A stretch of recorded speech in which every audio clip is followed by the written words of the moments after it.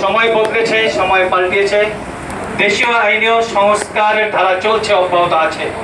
তাই রাষ্ট্রের কাছে অন্তর্বর্তীকালীন সরকার প্রধান ডক্টর ইউনূস সহ তার সকল সদস্যদের কাছে, এই অন্তর্বর্তী সরকারের প্রত্যেকের কাছে বাংলাদেশ খেলাফত আন্দোলন ঢাকা মহানগরের পক্ষ থেকে আজকের এই মজলিস থেকে, ইফতার মাহফিল পূর্ব আলোচনা থেকে আমরা একটা দাবি জানাচ্ছি, অনতি বিলম্বে সকল অপরাধ প্রবণতার দেশীয় আইনের সাথে দেশের বিজ্ঞ ওলামায়ে কেরামদের সহযোগিতা নিয়ে তাদের পরামর্শে ভিন্ন একটি বিচার ব্যবস্থার সেল গঠন করেন এবং সকল অপরাধের শাস্তি দ্রুত নিশ্চিতকরণে যা যা করণীয় তা করুন।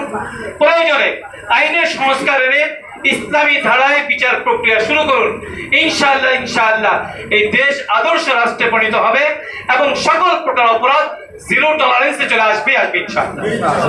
আল্লাহ তাআলা আমাদেরকে তৌফিক দান করেন, সরকার বাবুদেরকে বোধোদয় দান করেন, অন্তর্বর্তী সরকারের সকলকে দ্বীনি মেজাজ তৈরি করে দেন, ওলামায়ে কেরামদেরকে ঐক্যবদ্ধ প্ল্যাটফর্মে নিজেদের অধিকার আদায় এই দেশের মাটিতে ইসলামী খেলাফা মিনহাজি নবুওয়া বাস্তবায়নের জন্য কাজ করার তৌফিক দান করেন।